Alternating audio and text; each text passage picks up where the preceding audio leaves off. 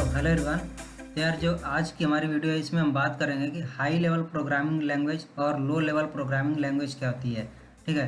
तो वैसे तो हमारा जो है C plus plus for absolute beginner एक हमारी लेक्चर सीरीज है, लेकिन अभी तक हमने सी प्लस प्लस के बारे में कोई चीज़ स्टार्ट नहीं किया, क्योंकि मैंने जो यहाँ पर एक वर्ड यूज किया है एब्सोल्यूट बिगनर्स, तो उस चीज़ को मैं अपने ध्यान में रखते हुए सभी चीज़ें आपको बता रहा हूँ। ठीक है। तो इसलिए मैं क्या कर रहा हूँ कि जितनी भी आपकी बेसिक चीज़ें एकदम लो लेवल की चीज़ें उनको भी मैं कवर कर रहा हूँ। तो ये जो चीज़ है इसको समझने के लिए अब देखिए हमें ये चीज़ जानना जरूरी है कि जितने भी हमारी डिवाइसेस होती हैं, जितने भी डिजिटल डिवाइसेस हैं, वो किस पे काम करते हैं, 0 1 के फॉर्म में वो काम करते हैं। ठीक है। यानी कि वो कौन सी लैंग्वेज को जानते हैं, 0 1 को जानते हैं। अगर मैंने कुछ भी लिखा, मैं कोई भी इंस्ट्रक्शन दूंगा तो किस फॉर्म में समझेंगी, वो जो 0 1 के फॉर्म में ही समझेंगी। यानी कि 0 1 हमारा क्या होता है कि जो हमारी इलेक्ट्रिक पल्स होती है, अगर वहाँ पर करंट नहीं है तो 0 होगा, और वहाँ पर करंट होगा कुछ एक सर्टेन लिमिट के ऊपर रहेगा, एक थ्रेशोल्ड होता है उसको ऊपर रहेगा, तो क्या करेगा, उसको 1 ट्रीट करता है। ठीक है। तो ये हमारा होता है 0 1 का मतलब होता है। अब जैसे मैंने बोला कि सपोज करो कि मैं सी प्लस प्लस लैंग्वेज यहाँ पर पढ़ा रहा हूँ, तो सी प्लस प्लस लैंग्वेज में मैं कोड लिख देता हूँ। ठीक है। हमने देखा, अगर आपने थोड़ा बहुत भी देखा हो सी या सी प्लस प्लस में आप क्या करते हैं, सबसे ऊपर आप हेडर फाइल्स इंक्लूड करते हैं, फिर आप यहाँ पर इंट मेन फंक्शन आप यहाँ पर लिखते हो, और इसके बाद से आप क्या करते हो, यहाँ पर आपका पूरा कोड आता है। ठीक है। यानी कि कुछ इस तरह की चीज़ें होती हैं। लेकिन हमने क्या अभी बोला था कि जितने भी हमारे डिवाइसेस हैं, डिजिटल डिवाइसेस, वो जो है 0 1 के फॉर्म में ये अपने क्या करते हैं, इनपुट को लेती हैं और इसी पर वर्क करते हैं। यानी बाइनरी जो 0 1 हमारा होता है, कौन सा होता है, बाइनरी नंबर होता है। ठीक है। तो इसी पर ये काम करते हैं। यानी कि अगर मैंने सी प्लस प्लस में इस तरह का कोड लिखा है तो अल्टीमेटली एट द एंड क्या होगा, ये जो भी कोड हो किस में कन्वर्ट होगा, 0 1 में कन्वर्ट होगा हमारा। ठीक है। तो लेकिन ये जो हम अभी देख रहे हैं कि यार इस तरह की चीज़ें हम लिख रहे हैं जो कि हम खुद पढ़ ले रहे हैं, हैज़ इंक्लूड, हमें चीज़ें पता हो जाती हैं कि यार ये इसका मतलब ये है। ये जो अचानक से सडन ये चीज़ें नहीं आई कि कोई एक बंदा ने इस तरह का कोड लिखने के लिए बता दिया। जब स्टार्टिंग में हमारे कंप्यूटर्स बने थे, ठीक है, हम एकदम स्टार्टिंग में चलते हैं, जब वो सब कंप्यूटर्स वगैरह हमारे बने थे, तो उस टाइम पर क्या था कि इस तरह से हम कोड नहीं लिखते थे। उस टाइम पर जो भी हम कोड लिखते थे, कौन से नंबर में, ये बाइनरी नंबर्स जो हमारे होते हैं इसमें हम कोड लिखते थे। यानी कि अगर मेरे को कंप्यूटर को कोई भी एक इंस्ट्रक्शन देना है, लाइक जो है सपोज करो कि हमें कोई कुछ डिस्प्ले भी कराना है, डिस्प्ले कराने के लिए भी आपको एक कोड की ज़रूरत होती है। तो सपोज करो कि हमने कुछ डिस्प्ले कराना है तो उसके लिए मैंने कोड लिखना है। तो अब वो कोड किस तरह से मैं लिखूंगा, 0 1 के फॉर्म में लिखूंगा। ठीक है। जो कुछ भी उसका इंस्ट्रक्शन बनेगा, जो भी उसका कमांड रहेगा, उसके अकॉर्डिंग क्या होगा, वो जो है यहाँ पर एक बाइनरी फॉर्म में बनेगा इसका। तो धीरे धीरे क्या होगा कि यार अब देखो 0 1 तो हम लिख रहे हैं, लेकिन ये आप खुद सोचो कि अगर एक बंदा 0 1 करके लिख रहा है, इस तरह से कोड लिख रहा है, और कहीं पर भी 1 की जगह उसने क्या कर दिया, 0 कर दिया, या 0 की जगह 1 कर दिया, उसका पूरा का पूरा आउटपुट जो गलत हो जाएगा। हो सकता है कुछ और कराना चाहता हो, कुछ जो है और ही आउटपुट आ जाए। ठीक है। तो इसलिए जो क्या, ये बहुत ही ज़्यादा एक हेडक एक तरह से बोल सकते हो था कि यार हमें थोड़ी सी भी अगर गलती की तो सारा का सारा चेंज हो जाएगा, कुछ और ही आउटपुट आ सकता है या फिर एरर मिल सकता है। तो इसके लिए क्या किया गया कि आप देखो, जो भी हम ह्यूमन है, हम क्या करते हैं, चाहते हैं कि यार जो भी काम कर रहे हैं उसमें थोड़ी सी ईज हमें मिले। ठीक है। तो हमने क्या किया कि कंपाइलर्स बनाए, फिर कंपाइलर, इंटरप्रेटर, जो भी चीज़ें हैं जो जिनका अल्टीमेटली काम क्या है कि जो भी इस तरह का हम कोड लिखते हैं उसको क्या करें, वो 0 1 के फॉर्म में कन्वर्ट करें। यानी कि हमारा काम जो है वो आसान कर दें। हम इस तरह से इंग्लिश लैंग्वेज में सारा कुछ लिखें और वो जो है उसको कन्वर्ट करें 0 1 के फॉर्म में। ठीक है। तो इस तरह की चीज़ें हुई। तो सबसे पहले जो 0 1 हमारा है, इससे क्या आया, इससे हमारी दूसरी लैंग्वेज आई, फिर जो है हमारे इस तरह की लैंग्वेजेस आई। तो यार अब थोड़ा सा हम बात करते हैं हाई लेवल और लो लेवल के बारे में। तो देखो हाई लेवल का मतलब ये होता है कि जैसे अब मैंने आपको बोला, आपको जो सपोज करो हिंदी आती है या फिर इंग्लिश आती है, कोई लैंग्वेज अच्छे से आती है, और मैंने बोल दिया कि यार फ्रेंच आपको नहीं आती, तो फ्रेंच आपके लिए किस तरह की लैंग्वेज है, आप बोलोगे यार हाई लेवल की है, मेरी हाई लेवल की लैंग्वेज, मतलब मुझे नहीं आती है, मुझे नहीं समझ में आती, तो मैं क्या बोल दूंगा, मेरे लिए हाई लेवल की लैंग्वेज है। लेकिन जो चीज़ मुझे समझ में आती है, जो लैंग्वेज, जैसे आपको हिंदी समझ में आती है, आप क्या बोलोगे, यार ये जो लैंग्वेज है मेरे लिए लो लेवल की लैंग्वेज है। ठीक है। तो सेम जो चीज़ यहाँ पर होता है हाई लेवल और लो लेवल के बारे में, आप इसको यूँ समझ सकते हैं ठीक है। हाई लेवल अब किसके रेफरेंस में चीज़ बोली जाती है, ये जो भी चीज़ें बोली जाती हैं वो बोली जाती हैं हमारे कंप्यूटर के रेफरेंस में, यानी कि जो हमारा कंप्यूटर है, जो सिस्टम है, उसके लिए कौन सी लैंग्वेज जो हाई होगी। जो हम लोग बोलते हैं, जो इंग्लिश लैंग्वेज है जो हम लोग को समझ में आती है, वो कंप्यूटर के लिए क्या हो जाएगा, हाई लेवल की लैंग्वेज है, उसको नहीं समझ में आती है। ठीक है।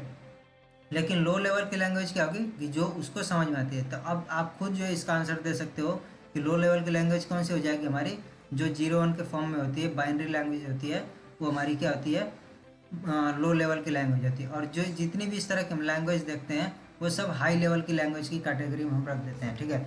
अब सी और सी प्लस प्लस में आपको कहीं पर देखने को मिलेगा कि ये हाई लेवल की लैंग्वेज है और कहीं पर जो है लो लेवल की लैंग्वेज है, क्योंकि कुछ जो फीचर्स ऐसे इसके हैं कि जो इसको हाई लेवल के कैटेगरी में रखते हैं, कुछ जो लो लेवल की कैटेगरी में रखते हैं। तो हम इसको मिडिल लेवल प्रोग्रामिंग लैंग्वेज भी बोल सकते हैं। बट आपको समझने के लिए ये चीज़ ज़रूरी था कि हम हाई लेवल और लो लेवल ये जो टर्म यूज कर रहे हैं क्यों यूज कर रहे हैं। अब यहाँ पर जो है हमारा एक सिंपल सा, अगर मैं और चीज़ें थोड़ी सी यहाँ पर बताऊँ, तो जो लो लेवल की हमारी लैंग्वेज होती है, अभी जो मैंने 0 1 आपको बताया, वो 0 1 को हम बोलते हैं मशीन लैंग्वेज। ठीक है, या फिर मशीन कोड बोलते हो आप। तो ये हमारी जो होती है यहाँ पर, एक होती है मशीन लैंग्वेज बोल लो। ठीक है। और दूसरी हमारी यहीं पर लैंग्वेज आती है, एक होती है असेंबली लैंग्वेज।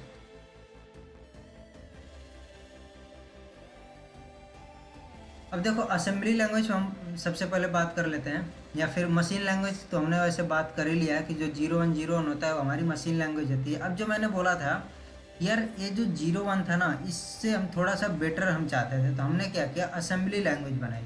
अब असेंबली लैंग्वेज भी लो लेवल की लैंग्वेज है। तो असेंबली लैंग्वेज होती क्या है, सबसे पहले बात करते हैं। तो अगर आप फर्स्ट ईयर में हो तो अभी आपको नहीं पता होगा, लेकिन जो थर्ड ईयर में होंगे, ठीक है, या फिर फाइनल ईयर में होंगे, उन लोगों के लिए ये चीज़ समझना और आसान हो जाएगा, क्योंकि यहाँ पर जो हमारा माइक्रो प्रोसेसर या माइक्रो कंट्रोलर लगता है, जो हमारी एक सब्जेक्ट होती है, तो उसमें क्या होता है कि आपको पढ़ना पड़ेगा या तो 8051 आई थिंक जो सबको पढ़ने को मिलेगा, ये वाला जो माइक्रो कंट्रोलर है। तो इसमें आप क्या देखोगे कि आपके अलग अलग इंस्ट्रक्शन होते हैं, कुछ इस तरह से आपको मिलेगा, मूव ए कॉमा बी, ठीक है, आपको, या फिर ऐड मिलेगा बी, इस तरह से आपके इंस्ट्रक्शन मिलते हैं। तो ये जो है एक एक लाइन के जो इंस्ट्रक्शन है ये अपना पूरा काम कर लेते हैं। इसका मतलब होता है कि एक जो है बी को, आई थिंक बी को ए में आपने, ये रजिस्टर्स होते हैं हमारे, ठीक है, तो बी को आप क्या करते हो, ए में मूव करा देते हो। ऐसे आपका क्या होता है, ऐड भी आपने किया, हमारा एक एक्यूमुलेटर होता है, उसमें क्या करते हो आप बी वाली वैल्यू को इसमें ऐड कर देते हो। इसका ये मतलब होता है, यानी कि ये जो एक एक जो आपके इंस्ट्रक्शन है, मोस्टली जो आपके क्या होते हैं, इन जनरल क्या होता है कि आपके एक एक इंस्ट्रक्शन आपके जो है एक एक पूरा काम कर देते हैं। ठीक है। तो यहाँ पर जो है ये भी काफ़ी आपके जो सीपीयू के लिए एक तरह से बोल सकते हो कि एक जो है लो लेवल की तरह काम करता है, क्योंकि आप एक लाइन के कोड में अपना जो है सब कुछ उसको बता दिए कि यार इसका क्या मतलब है, और वो समझ जाता है, काफ़ी जो है इसके नियरेस्ट होता है। तो ये जो हमारी लो लेवल की कैटेगरी में असेंबली लैंग्वेज को रखा जाता है। अब इसमें क्या होता है कि सिंपल सा एक होता है असेंबलर। ठीक है, अभी तक आपने देखा था कि एक कंपाइलर या इंटरप्रेटर की यहाँ पर ज़रूरत पड़ती है, और यहाँ पर आपको एक ज़रूरत पड़ती है, असेंबलर की ज़रूरत पड़ती है, जो कि क्या करता है आपकी असेंबली लैंग्वेज को मशीन लैंग्वेज में या मशीन कोड में कन्वर्ट कर देता है। ठीक है। अब देखो इसको जो है एक चीज़ और यहाँ पर आती है कि हम यहाँ असेंबली लैंग्वेज को लो लेवल में ही क्यों रखते हैं। तो यहाँ पर क्या होता है कि आपके जितने भी हाई लेवल की लैंग्वेज है, आपको तो यहाँ पर सिर्फ एक चीज़ पे फोकस करना होता है कि हमारी प्रॉब्लम क्या है, प्रॉब्लम को हम कैसे सॉल्व करेंगे। ठीक है। तो आप क्या करते हो, प्रॉब्लम का सोल्यूशन जो है उस लैंग्वेज में आप लिख देते हो। लेकिन जब आप असेंबली लैंग्वेज में आते हो तो आपका जो है सिस्टम का आर्किटेक्चर क्या है। ठीक है। तो अब आर्किटेक्चर की अगर मैं बात करता हूँ तो यूँ समझो कि आपका जो है, आपके पास जो भी टास्क परफॉर्म होता है वो कौन परफॉर्म करता है, सीपीयू करता है। और सीपीयू कुछ अलग अलग जो है ट्रांजिस्टर, मॉसफेट वगैरह से मिल करके बना होता है। तो जितनी भी अलग अलग कंपनीज हैं वो अपने हिसाब से उसको जो है बना रखी होती है, और उनके हिसाब से क्या होता है कि अलग अलग उनके इंस्ट्रक्शन होते हैं।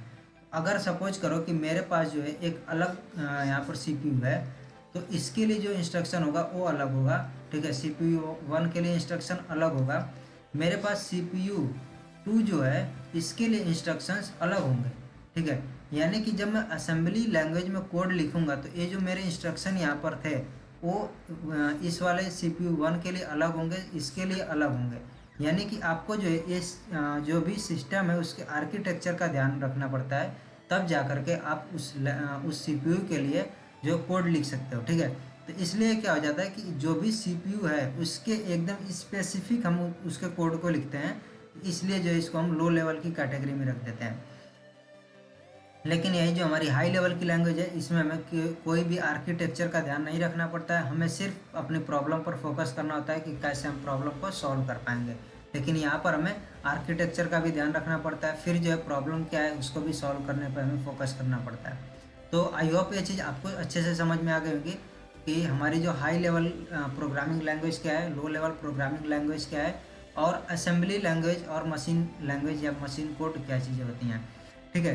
तो यार मिलते हैं नेक्स्ट वीडियो में, और नेक्स्ट वीडियो में भी हम कुछ और भी चीज़ें डिस्कस करेंगे, और हो सकता है कि आपकी नेक्स्ट क्लास या फिर उसके नेक्स्ट क्लास से हम जो है अपना C++ का जो स्टार्टिंग वाली वीडियोज हैं वहाँ से हमें और मिलनी स्टार्ट हो जाएंगी।